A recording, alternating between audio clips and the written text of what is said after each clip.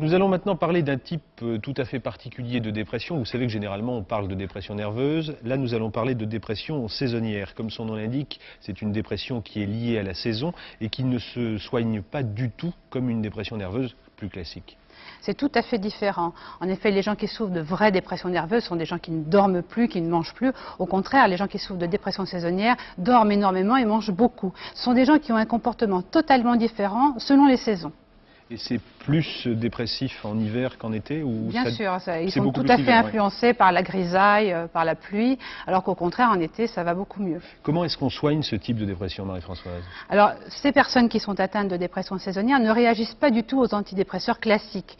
Et il y a une technique qui a l'air un petit peu fantaisiste, mais qui marche très bien, qui s'appelle la photothérapie, et qui consiste à exposer ces personnes à des lumières très vives pendant plusieurs heures dans la journée, et ça marche.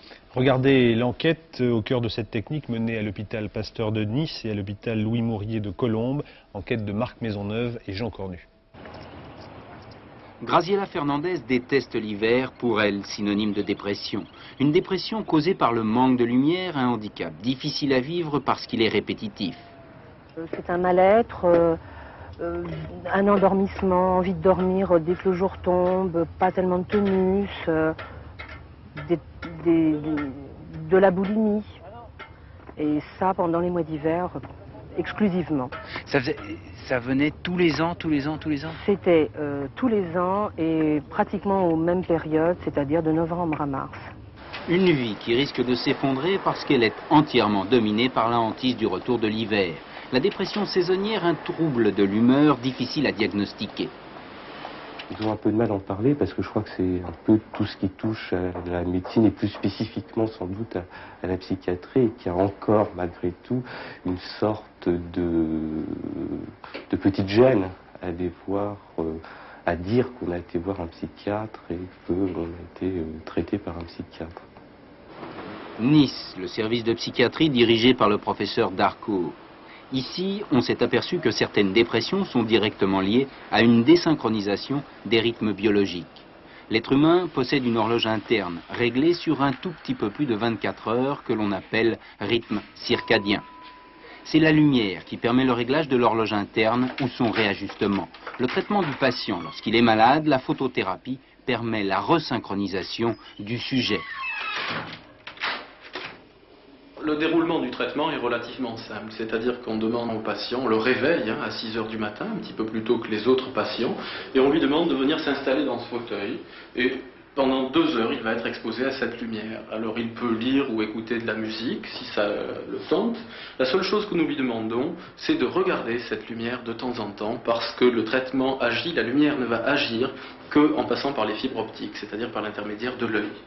Comment vivent-ils le fait de devoir être exposés à des néons pendant des heures et des heures? La première réaction est une réaction, je crois, de surprise. Et ensuite, je pense qu'ils sont rassurés quand même. Mais il y a quand même une certaine incrédulité au départ. Face à une source lumineuse d'environ 2500 lux pendant 2 heures, une journée d'ensoleillement moyen en été, durant 2 à 3 semaines, le patient retrouve son rythme interne, celui qu'il avait avant la grisaille de l'hiver. Une thérapie qui ne peut en rien être assimilée à une thérapie de confort et dans laquelle les antidépresseurs classiques ne sont pas du tout efficaces.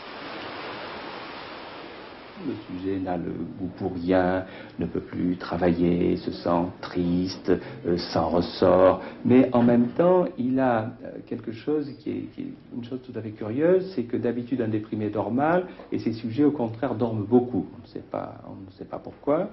Il y a une autre différence, c'est que le déprimé souvent n'a plus d'appétit et chez ces sujets, il y a au contraire une petite tendance à la boulimie avec beaucoup d'attrait pour le chocolat ou les sucreries. Donc vous voyez, il y a un tableau qui est assez particulier. Alors ces sujets, lorsque on les expose à une lumière suffisante, mais il faut que ce soit une lumière assez proche de la lumière extérieure l'été, ces sujets soit sont moins déprimés, soit sont guéris complètement. Curieusement, si on connaît bien l'effet de la lumière sur le comportement des poulets élevés industriellement, cela fait peu de temps que l'on a découvert chez l'homme la connotation génétique de la dépression saisonnière. Ainsi, certaines familles semblent prédisposées à être victimes de cette forme de dépression très répandue au nord de l'Europe.